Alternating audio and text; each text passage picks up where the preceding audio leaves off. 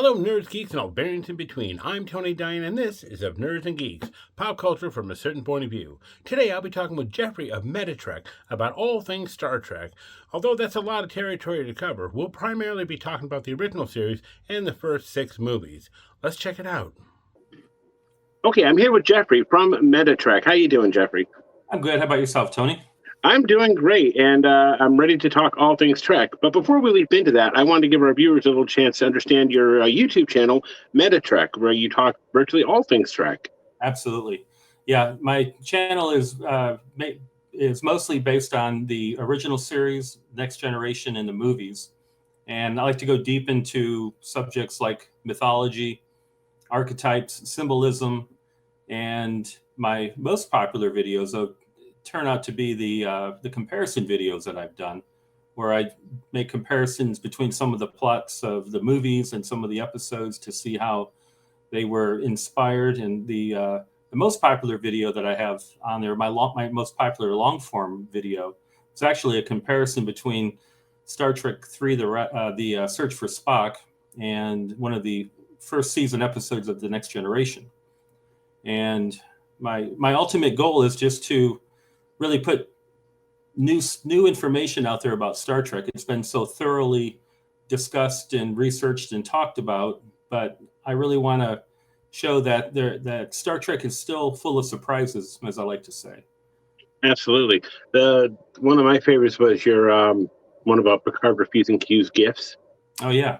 And the long form you went into that of the mentality behind it is like, you brought up some really interesting points. Some of them may be up for debate, but still, you brought up some really good points. Again, you can watch the episode now and rethink it because you brought new information to it that may go, did he do that? I wonder. What was Q being a dick? I don't know. So it's really great. And the most recent one he did about the Vulcan, was it Vulcan mythology or Vulcan logic? Yeah, the Vulcan zeitgeist. Zeitgeist, thank you. Yeah, that was super interesting too. Thank you. I like that. That came about just noticing a couple of little things in just a couple episodes and sort of putting them together and trying to think logically about how that would work, like how Spock could be affected immediately through vast distances. And I thought, well, it could be something like quantum mechanics, how we have that entanglement. Yeah, the entanglement thing, and some kind of Vulcan telepathy, So, but yeah, thank you. I'm glad you liked that. I did. I thoroughly enjoyed it. I even gave it a thumbs up. All right, appreciate it. No problem. So I want to start talking about a little. Where you've been talking about Trek of the MetaTrek. Go visit the channel. I'm putting the link down below, guys. If you want to go check it out, it's really good stuff. You really should check it out. It's worth it. Well, the first thing I want to talk about, one of my favorite things about growing up, when you grow up, you watch Star Trek, on reruns, as I did as a child, and you watch them, it's action adventure, you like Kirk, you like Spock, you like Bones, it's fun. It's like, oh, look, what are those? Klingons, Tribbles. Oh my God, they're so cute. And then as you get older, you get into your teenage years, you start watching them again, you're like, oh, you're actually saying something. And this was by the censors of the 60s. That is phenomenal. At 8 or 9, I don't think I was expected to get that one over my head, but you get a little older, and it hits you right in the face. It's like, how did I not see this before? Exactly. One of the most in my opinion, on the point, on the nose episodes was "Let This Be Your Last Battlefield," between Loki and I forget his rival's name. I think it was Belly or something. Yeah, like that. Bella. Loki and Bella, yeah. Did you see the spellings in the credits? They spelled them slightly different, so it's not Loki. It's Loki with an E in it or something like that. Yeah, pretty clever. Yeah, from the mythological counterparts. Yeah. Mm-hmm. Yeah. So, what are your thoughts on some of the stuff that got past the censors, and how do you think they're still relevant today? Absolutely. Yeah, that's the one thing about allegory is that it can be relevant no matter what time period, because there are always new situations coming up that they're really just sort of like the old situations occurring again. And so allegory can remain relevant indefinitely, really. And that's why the older allegories like ancient mythology still speak to us today, because it speaks to the human condition, really. And Hmm. so what you can say is things like Star Trek, the stories they tell, although they're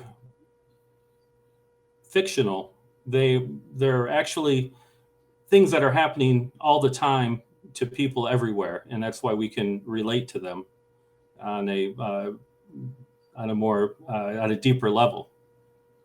Oh, for sure. And I think the other thing that's always helped Star Trek in every incarnation, but is really firmly rooted in the first one, I love their use of literature, particularly Shakespeare. They loved dangling that in an episode, making a comparison and taking that literature and making it relevant to the show, which Yeah, I think is wonderful. yeah, that's Especially for a actually, TV show. yeah, that's actually an episode that I'm working on. I'll be publishing probably in the next few months or so. Will be an episode about the how Star Trek used Shakespeare in particular. So I'm really excited about getting that done and out there. Yeah, right down to like the consciousness of the king. I mean, like a direct quote, and they played it out. I mean, it's just Absolutely. absolutely superb. There Yeah. was something you said before we came on air about Star Trek and literature. What was it? I feel that Star Trek is literature written for television. And That is a phenomenal way to put it because it really is. I mean, even to this day, I mean, back in the day, that time you had shows like the Mod Squad and maybe Room 222, those type of shows. But Star Trek is the only one from that time period that I've seen that's actually made its way into college courses. People who are studying philosophy, mythology, those sort of things, they're actually using Star Trek as the center point to discuss those points because it's so imbued with literature, mythology, and religion, and all sorts of things. It makes it accessible.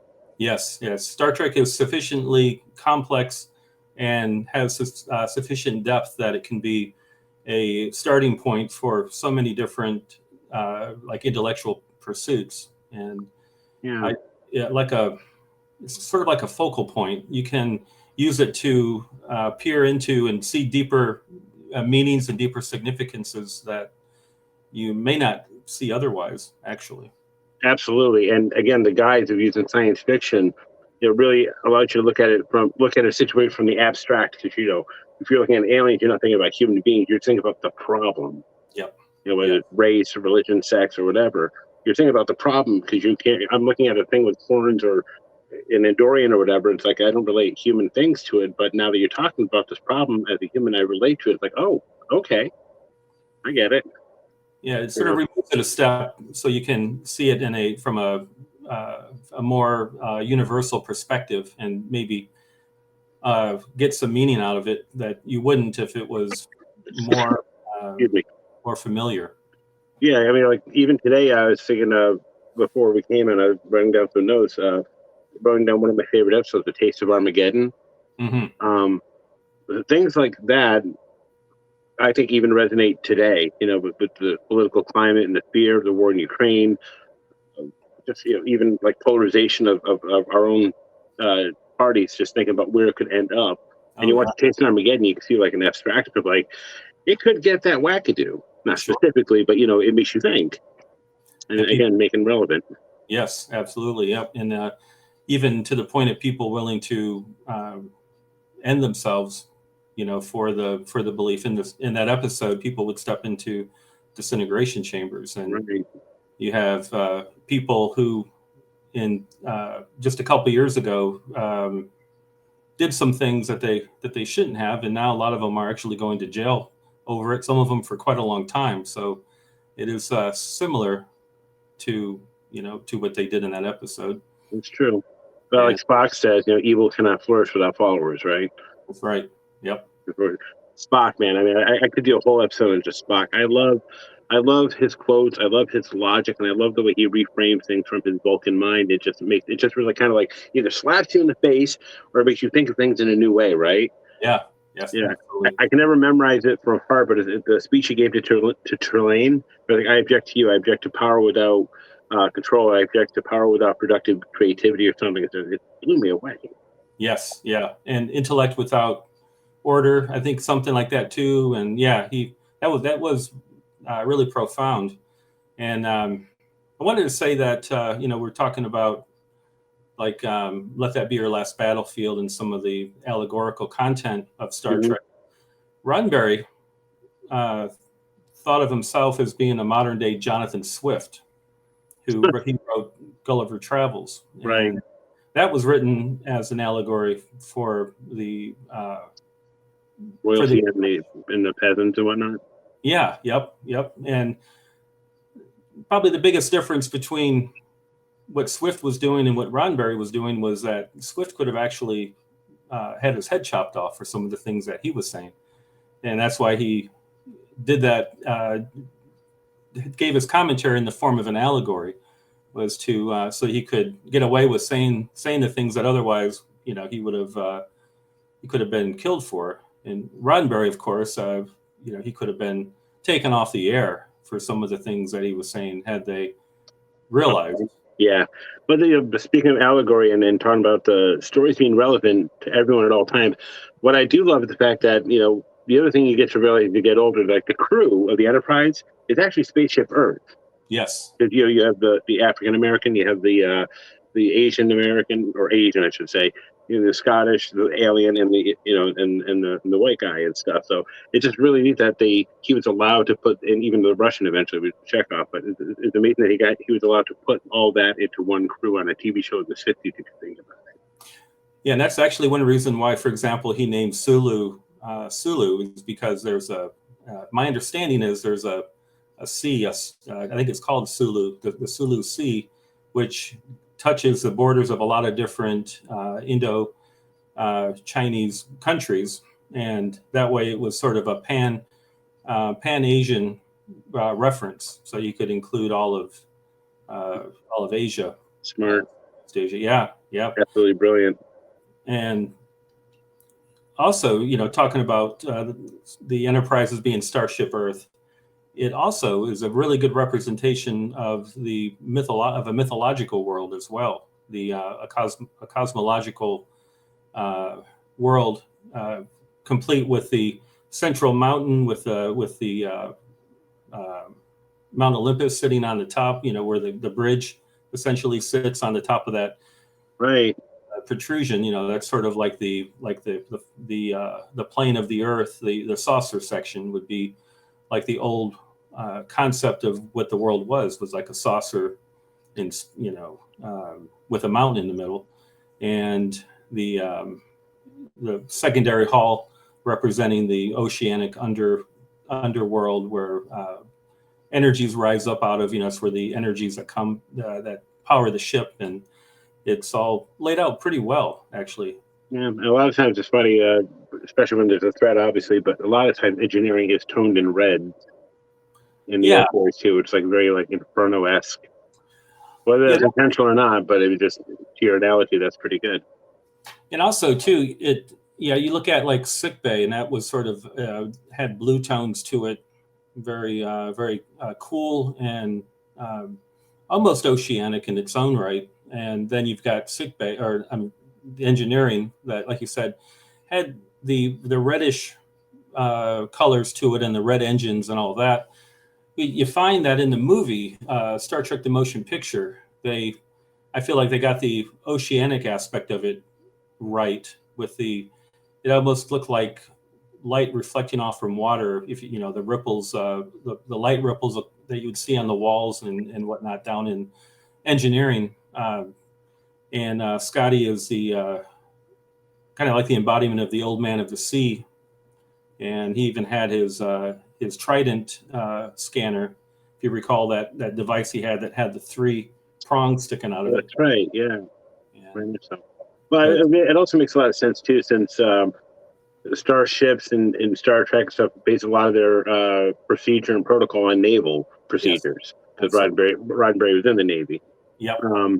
So it makes a lot of sense that you get a lot of that sort of like water-ish reference. I mean, even the uniforms in the Star Trek Motion Picture remind me of naval sort of uniforms more than anything else, Yeah, they all seem to touch on that in different ways. Like the original series, if you look at the sleeves, the insignia on the sleeves were very similar to the Navy insignia for the rank.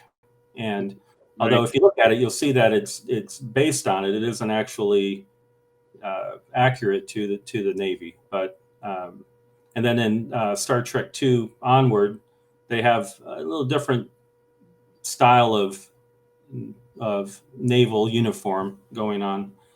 And speaking of the Navy and all that, and getting back to the allegory topic, Yeah. the original series had probably at least 7 or 8 episodes that were allegorical for the Vietnam War. And For sure. I've done a study of this, and I've discovered that the Vietnam War, or the Cold War in general, was actually the topic that they did the most number of allegories on, and up to and including Star Trek VI, the Undiscovered Country, the last. Very much so. Right down to like a UN-styled conflict and everything. Don't wait for the translation. Say it now. I mean, that's ripped literally from an actual event. Oh wow! Yeah, I didn't know that. He ran yelling at I think it was a Russian.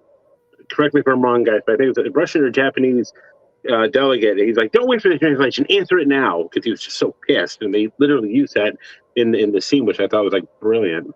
Oh yeah, I've always loved that line. I thought I think they really apex with the political stuff in Star Trek VI. I mean, they did really apex, especially when you're using the Cold War allegory, America, Russia, that sort of thing. So definitely.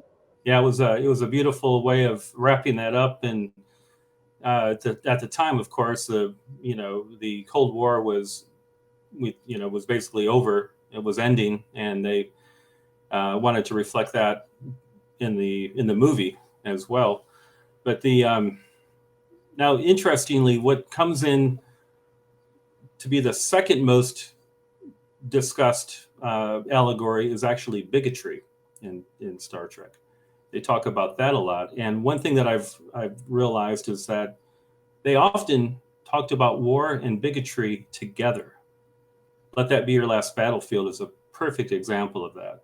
The way that they were bigoted, and how that led to a global war that wiped out their whole race, And another example would be Balance of Terror, another very warlike episode. And the bigotry in that was brought out with Lieutenant Stiles, and the way he treated Spock. Yeah, for sure. You just find that the two, and I never thought about it. This is a good example of how looking at Star Trek and getting into Star Trek can really open up some ideas and thoughts that you may not get elsewhere. The connection between war and bigotry is a good example of that for me. Of course, it makes sense that the two would be connected, but I don't think I ever really thought about it until I realized that they were doing that in those Star Trek episodes, that they were connecting those two things together quite often. Apollo, and then they had the Plutonians. And Play with Stepchildren, great episode. But yeah, they really leaned into it. Like they didn't pull any punch. Like, no, he's gonna wear the white robe, have that old classic Hollywood look of a Greek. And what's funny is that I know it's dated and stuff, but it works for the show, even outside of the time period. It works because it's an alien. They can look like whatever they want, Metrons or whatever. They can look like whatever they want. Yeah. And cool thing too about having Apollo in Star Trek is that ratifies the Greek pantheon in the Star Trek mythos. They were, in a way, Star Trek makes the Greek gods real in a way that they never were real in the real world. I thought that was really cool too. And yeah, I mean, even back then, because the early days of science fiction compared to what we have today, but I like the fact that they would excuse it away like, well, they weren't gods, they were aliens. Yep. And they came to our planet. We thought them as gods, but they were actually a highly advanced civilization. And they did this, and this. I like that, guys. I mean, different topic, but Doctor Who does a lot of that too. Sure. I think that's a way of making it relevant to the modern audience. So we can't really believe in gods the way they did, but we just turn gods into aliens, and now we can understand them again from our worldview and our perspective. And so it gives them a relevance. The interesting thing is, no matter if you look at Apollo as a god or an alien, he's still the same the same being. And I think there's something interesting in that the our perspective on him has changed, but he hasn't. He's and I find that to be an interesting idea. For sure, absolutely. What I also like too, giving that in the '60s too, it's a very Catholic-driven society as well. Church and all that sort of stuff, and having a Catholic president in Kennedy and stuff. I find it really interesting how Roddenberry was able to sidestep religion when it came to Starfleet. Yeah, they had chapels, they had marriage and stuff, but they didn't try to make that a part of we have one religion, or they really didn't touch on it. No, not directly. And they did a couple of times, even in the episode with Apollo, they make mention to the one God, but that was actually Gene Kuhn who brought in some of that those elements to it. It was a problem between the two of them. Was one of the things that led to Gene Kuhn's departure from Star Trek, including the ending of Bread and Circuses, when Uhura mentions not the sun in the sky, but the Son of God, and that that really rubbed Roddenberry the wrong way. He had a couple of times where he would talk about, I think he would talk about religion in a more allegorical context. Like, for example, Landru in the Return of the Archons would be, I think, a good example of how he felt about organized religion and how people seem to fall into almost like a cult-like status. Another one, and this is kind of vague, but I think it's still there. The a piece of the action, how this whole society was based on a book. A book, and I like how, I can't remember which one of the gangsters said it, but how he says, "Hey, no," he says, "No more cracks about the book." And I just always thought that was funny the way he said that. But that was showing how a society that is based on a book can go terribly wrong. And so, of course, we know what that was in reference to. But most of the time, he didn't talk about religion much. He always wanted to have an episode where the Enterprise met God, but he could never make it work. But there was always some of the attempts, like Star Trek: The Motion Picture was an example of that idea of meeting something godlike, and it turning out, of course, to be our own creation. But Star Trek V. Yep, Star Trek V, which is really funny because apparently he was really not happy about that movie. Although I can believe it. Yeah, I wouldn't be either. It wasn't Star Trek's finest moment, but no. But the thing with Star Trek movies, and I'm sure you've had this come up before, it's always the even number ones that are better. Before 6, those seem to be the better tracks of the series. The odd number ones always seem to stink at some level or another. Not that they're too horrible, but it's just Yeah, and Star Trek V was the oddest of them all. That was directed by Nimoy, wasn't it? No, that one was Shatner. That's right. Nimoy did 4. Yep. So I would say, I think I would augment that a little bit and just say that 2, 4, and 6 were the most popular ones, not necessarily.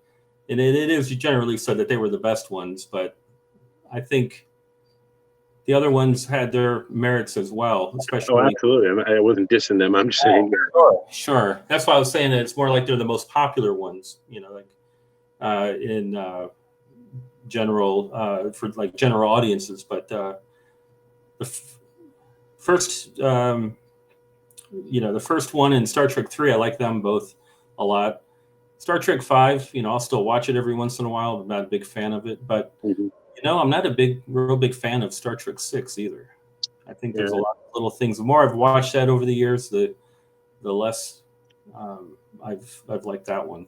Yeah, that one actually, Star Trek 6 in some ways felt like they were doing a TV show version on the screen, because a lot of kind of like forced in their send-off jokes, or forced in their like, oh, Scotty and a horse, sure, why not? And just make that happen for whatever reason. 'Cause they came from an age when they didn't really do a lot of character development within the TV show compared to when they did later on, and Sure. decades later. So they kind of had to shoehorn things in to try to, like, oh, Kirk had yet another love interest, or things like that. But They also used a different ratio aspect for the film. It wasn't filmed on the same type of film that the first 5 movies were, and I thought that kind of made it feel a little cheaper as well. I don't remember what the ratio was, but it wasn't quite as widescreen as the other ones. And, okay. But I will look into it. If you happen to know out there, leave a comment in the comment section. I know there's some cinephiles out there. Got to be some cinephiles out there, right? yeah, But my favorite thing about Star Trek 4, though, I just love I thought they nailed the whole fish out of water thing really well. And at the time it came out, it's just like wonderful. I mean, time travel stories are common nowadays on every show, and but back then when they time traveled back to San Francisco in the '80s, it's just like, well, double dumbass on you. I mean, just all the elements, just really, I think, sat well, and the cast did a fantastic job. Nimoy knocked it out of the park. Yeah, that was a great movie, and I like how you said the fish out of water. I hadn't thought about that, but that's somewhat ironic with the plot of the movie as well. Yeah, and there's another god figure in that one, the probe. Yeah. Very much like the V'ger probe from Star Trek, the motion picture. It was, although less explained. They didn't even give it a backstory. It just sort of showed up and. You mean the probe? Yeah, the probe. Yeah. No, they did a novel, but still. Yeah, but I like again, like, talking about, like, if we can get into like design aesthetics for a second. Sure. Even the design of the probe looked aquatic. Did you feel that? Like the rock looked like that deep undersea rocky find, like 1,000 fathoms, 1,000 meters below, when it gets really dark, and the rock has a certain, like, sort of shellac to it that's been rubbed over with the waters, and the outside of the probe just had that same sort of, aside from being almost whale shaped, but it had that same texturing, which I really loved. Yeah, I was going to bring that up too. Yeah, they actually wetted it down when they filmed it to give it that shine that it had. So yeah. Yeah, I mean, even today, all these years later, I don't think the effect is dated. I think it still plays so well when that probe goes down, like, it's like, wow. I even like the dream sequence. I think that was really neat. That Kirk went into. That's right, the 3D heads. Yeah. Changed one into another, and I thought that was neat. Kind of weird, a little psychedelic, kind of, or kind of trippy. But the reason it fits is because, and I think we touched on this before, is that Star Trek plays with mysticism as well. The philosophy of mythology and stuff like that. So adding that little bit of a mystic touch, Vulcans being partially psychic. They've done episodes where people have gotten godlike powers, or telekinetic powers and stuff. So just having that sequence going through the mind is just appropriate for Trek, right? Just use that format. It's like, that seems like Star Trek's not out of place.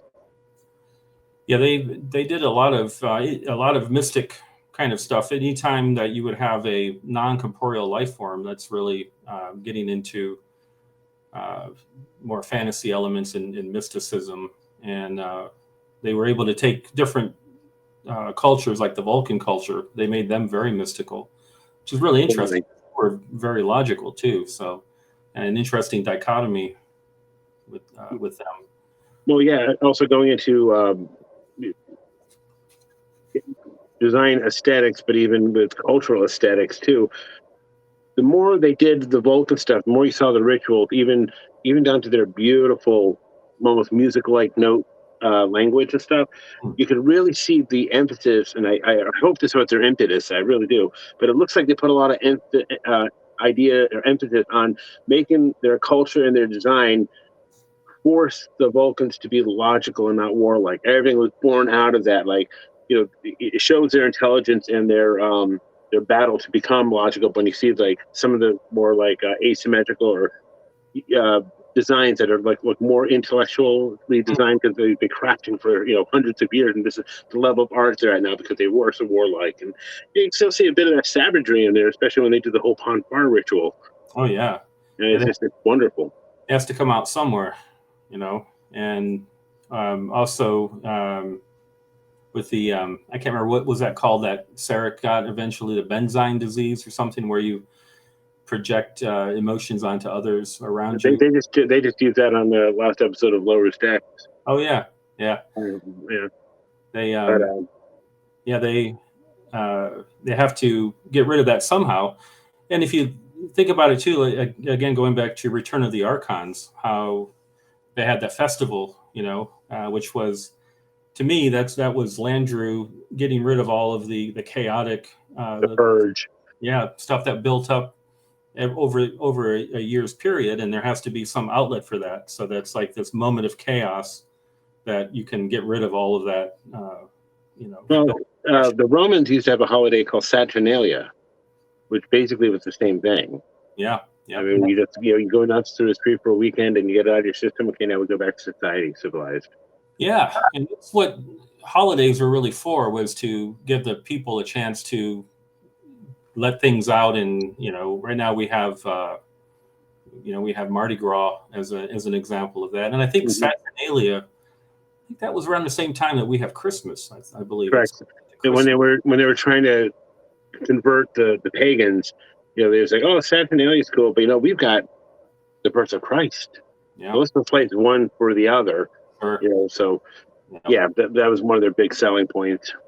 Yeah, that seems to happen a lot down through the ages, and I'm sure that the Saturnalia was a replacement for something even older.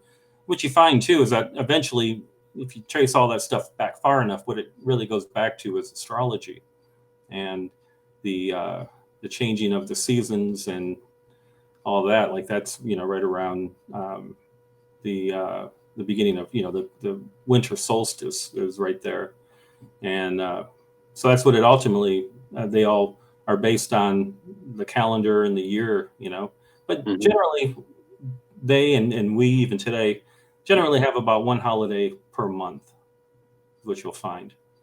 And again, that goes along to the zodiac too. There are 12 signs for the 12 months. So it's true. Japanese have 13. They have 13 months. No, they have 13 zodiacs. Oh, okay. 13 zodiac. We do too. Everyone but the cat. Cat was not invited to the party. No, poor cat. Yeah. Now they, we have that 13th sign is an interesting thing because we have a hidden sign as well. Can't think what it's called, Ophelia or something. It's the snake bearer is the third sign, and just like we have 13 moons. There's actually enough weeks in the year for there to be 13. There are 13 lunar cycles in a year, but I guess 12 just it's easier to divide 12 than 13. So that's probably why. Well, thank you, Gregorian calendar, because they straightened out the year for us, right? Made it a little easier. I feel like we've moved off track a little bit here, but it all leads to the same place, right? Absolutely. The whole thing, because we were talking about design aesthetics. I can go on for hours too about ship design aesthetics across the entire fleet. Depending upon constellation galaxies, all the different California class, all the different types of vessels, and one thing I think was neat too, even if you go into Next Generation from Star Trek, was that they really tried to push their own fictional technology forward with the look, by changing up the tricorders, the phasers, and things like that. I don't know. I kind of get off on that, just seeing how they advance these things up, all the way up to Discovery and not Stranger World, but all the way up to Discovery and stuff, or even Enterprise, how they went backwards and they still kept a sense of symmetry. Yeah. To the design. And even one interesting thing about when they were doing the design for the Next Generation, and they had to design the phaser, the Type 2 phaser, they didn't want it to look like a gun. So they thought, well, what other handheld object could you use for a model, and they actually came up with the idea of using a flashlight, and that's why how they're held. They're actually held in the same way that you would hold a flashlight, and it makes sense because light comes out of them. So maybe that's where they got the inspiration for that. Even the original series phasers, Type 2 phasers, if you ever held one in your hand, you'll see how the handle, it goes off at a weird angle. It's not really like a gun. You have to actually hold your wrist in a different position to have it be level. And I thought that was interesting too. Maybe just that they did that maybe just to give it a different, feel to it. But I thought it was really neat that they developed the next generation phasers after flashlights. That is neat. Yeah, if I had to give an in-world explanation for why the original Trek guns were a little off, I think I'd be like, this is so Starfleet can ensure that nobody can just fire it accidentally. You have to intentionally bring your wrist up if you know you're going to commit to firing it. That sort of thing. Like a safety trigger. Pretty much. Something like that, yeah. Star Trek talked about overpopulation in the Mark of Gideon. They talked about historical topics like the Constitution. Fee Flood Mista. Yeah. Fee Flood Mista. And how it's been, the words have lost their meaning. And I think the message there was that, have to get back to understanding what it was all about and making sure that freedom is for everybody, or it's for if we're not all free, none of us are. I've got things like that. Let me see. I've got some other notes here.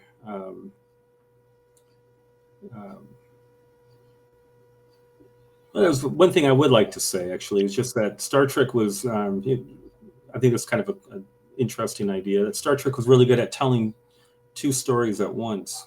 One story to entertain, surface story, and then a deeper story to inform, which would have been which is the allegorical stories. Those are it's like a second. Yeah, they did like to build in the layers of you're right. Yeah, there's some kind of primary that, but yet subtly. Again, man, Star Trek subtly they'll work in something, and it comes out of left field. Like, oh, well, shit, that's what that was about. Okay. Yeah, they were really interesting. The episodes were really fascinating. Just how they were an intersection of so many different ideas, and they're just so unique and interesting and special. But yeah, I also too. I think another reason why the show is so endearing is that Roddenberry has specific vision of the future. Like he saw humanity overcoming, and that hope, that light, that wonderment is like something we all want to cling to. And I think, especially for deep Star Trek fans, that's one of the things that brings you back to Star Trek. Mm-hmm. You forget the dated outfits or the misogyny or whatever exists in the 60s. Ultimately, though, there was a symbol of hope in that show that makes you feel that. I mean, it inspired people to go into NASA, it inspired people to go into science. I mean, this show really did that. I mean, it really changed the world in certain aspects. The world that we know today wouldn't be like it is without Star Trek. For all of its bad qualities, it probably would have been a hell of a lot worse if Star Trek hadn't been there, I think. I firmly believe that, especially when I see some of these like women who go into NASA because they saw Uhura. Yeah.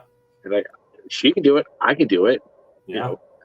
It absolutely floors. It's like, oh no, I got into science and engineering because of Star Trek. Yeah. Like, yep. I can't think of another show that inspires somebody like that in real life. That's it inspired others because it was inspired itself. I think that good way to say it. Inspiration behind it, and that's what set it apart. One of the things that set it apart was that, and also the caliber of writers that they had. They were getting actual science fiction authors to come in and yes, pitch the stories, even if and stuff. Yeah, changed them and made them his own. He still had a lot of like really intelligent people writing, and I think you can see a big difference in the quality of writing from then to some of the shows that were. Well, yeah, because they had a lot of contributing factor too. So it was like Gene Kuhn who came up with a lot of the Starfleet backdrop, the the Prime Directive and the calling it Starfleet rather than United United. Earth, yeah, the United Earth Services or something Yeah, like in the first couple episodes, they called it something different, and then they finally called it Starfleet, and it's like much better. The Prime Directive. Oh, I like that idea.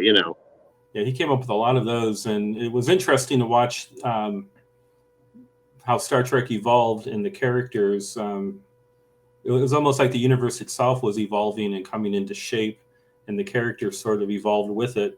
They didn't notice that they were no longer the Earth services, that they were now Starfleet. They just sort of, they're interplanetary now. Yeah, that was and then you have for the Vulcans, you have Leonard Nimoy coming up with a lot of that on his own.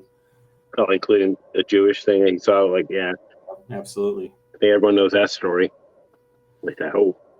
But that's actually, I hope to do that. Do a video on that someday too. That's that symbol, the hand symbol that he did, was very ancient and has a lot of deep meaning to it. That actually relates in weird ways to Spock's character. Oh yeah, I'm also a fan of the Edict. Yeah.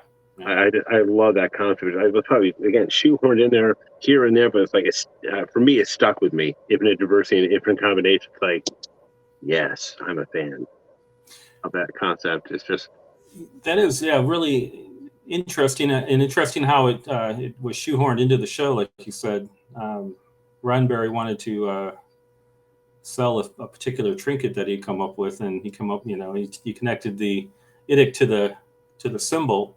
Mm-hmm. And tried to get Kirk to wear it, or Shatner refused, and Nimoy suddenly became a Vulcan. I think it was going to be originally it was going to be a Federation symbol, but then it became a Vulcan symbol, and which is appropriate. Yeah, I think so. I think it worked out better that way. I totally agree. I just again it adds another layer of depth to the Vulcans. Add more depth to Spock now. Yeah. It just gives you insight into that thought processes. Yeah, just another one of those happy accidents that that things just fell into place. Oh, absolutely. What was I going to ask? Oh yeah, if I could just backtrack to the Voyager thing again. Sure. I've heard rumors, people have written stories. I've never heard it confirmed. I personally am not a fan of it, but there was a theory that the Voyager visited the Borg world, and the Borg world repaired it and sent it on its way. Yeah. Have you heard that one? Yes. It was originally an idea that William Shatner came up with in one of his novels. He did a trilogy of novels, and one of the interesting things in that was that the Borg. We had the Borg. It was like I think a mix of Next Generation and original cast members, and the Borg were going to assimilate Spock. And when they went to assimilate him, they said that they didn't need to. And he asked why, and they said because it would be redundant. He was already assimilated into the Borg consciousness when he mind melded with V'ger. Oh, and that's interesting. Yeah, that was kind of neat. I also thought too that maybe the reason why the Borg queens are bald was because maybe Ilia was the first Borg queen. That's interesting. She had a similar look. She did, but didn't they evolve into a new life form though? Yeah, they did. Yeah. Yeah. So it's fun. Different. To me, it's a fun idea, but I don't agree with it either. I don't think that the Borg had any connection to. I agree. It's retconning.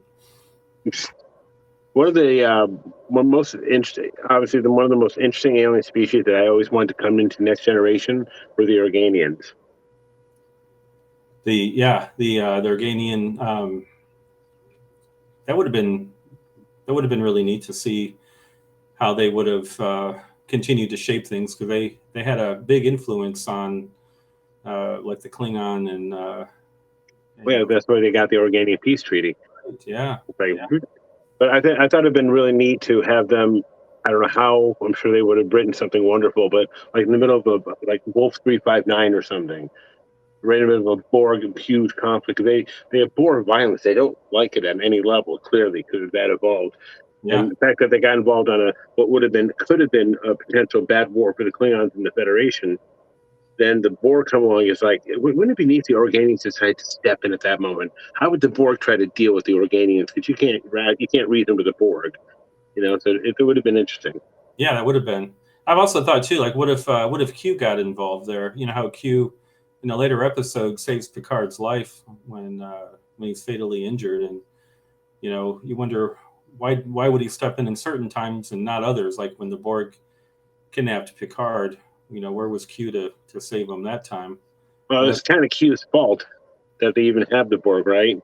Yeah. Because he was trying to warn them, you're not ready for us out there. Oh, kind of no. Like, oh, by the way, here's the Borg. You're not supposed to be in for another couple hundred years, but here they are now. Right. Actually, I blame Picard more than I blame Q, because Q did the whole thing there because Picard basically said, "We don't want you. We don't need you," and Q thought he was being arrogant and said, "Well, we'll see how badly you need me." He did that and then sent him over there, and even Guinan, calls to the bridge and tells Picard, "I'd start back right now if I was you," and don't hesitate. But what did he do? He stuck around and was like, checking things out, and that's when the Borg came up, after he was already warned to just start hightailing it back. And, yeah, man, for as petulant as Q was, Picard was definitely arrogant. Yeah. For sure, here and there. But the one part I understand about Picard, though, is that he was actually afraid of Q right from the get-go. That sort of untampered power, you kind of want to get it as far away as possible because, he could do horrible things if pushed because he obviously doesn't seem human. It doesn't seem like he had a connection. So I always feel like Picard's like trying to be insistent, like, get out of my life, get out of my life. I got to protect my crew. I got to protect Starfleet. Stop. And, of course, it's his hubris, I should say. His hubris would kick in and, of course, piss Q off, Yeah. Usually, but again, he was just as petulant. Yep, he was, and he seems like he just he really had an affection for Picard, even though Picard didn't like him. And He did. I did a short. I don't know if you saw it, where I combined a couple of clips, and I have the clip where Data mentions that Q loves Picard like a pet loves his. Yeah, like a beloved pet, or yeah, pet, yep. Yeah, that one was good. I will tell you, I am a huge fan. I am not shipping, but I'm a huge fan of the idea that Trelane is an adolescent Q. Mm-hmm. I'm totally on board with that because it absolutely makes sense. It drives right. It makes sense. I mean, I'm sure Roddenberry was inspired by Trelane to create Q in the first place, right? Yes. Yeah, I figured. And total fan of that.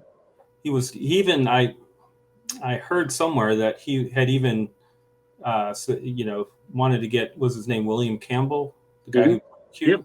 I mean, play Trelane to play Q, but he was either unavailable or maybe he was too old at the time. But I know that there was some thought of bringing him back as Q.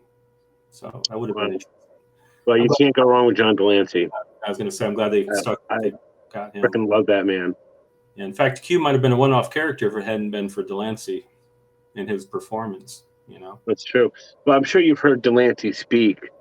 The guy is so well spoken, so intelligent.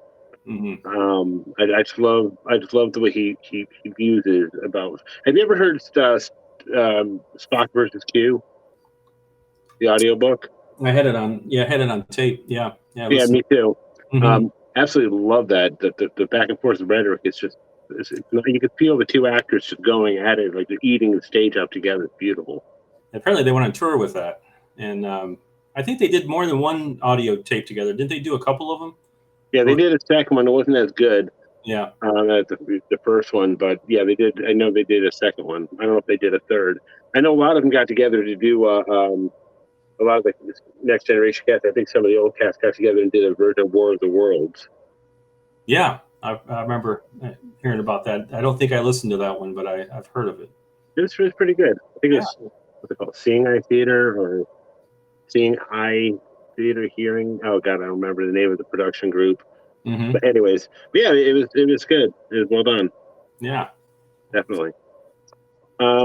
Okay, so I think that about wraps it. Oh, sure. I, Okay. I, I think we had a phenomenal talk. I do too. I really enjoyed it. Well, that was an amazing conversation we just had. I want to thank Jeffrey again from MetaTalk for joining us here for an very enlightening and eye and mind opening talk about Star Trek. Yeah, thank you for having me on. I really enjoyed talking with you. Excellent. And don't forget to visit his channel, MetaTrek. The link's down below. You have no excuse. If you're a Star Trek fan, you're missing out by not listening to this man. You have a good evening. Thank you. You do the same. Live long and prosper. You live long and prosper. Perfect. I hope you've enjoyed this fascinating discussion that we had about Star Trek. I hope to do more Star Trek series in the future, perhaps covering the next generation next. In the meantime, don't forget to hit the like, subscribe, and the notification bell to be notified of future videos.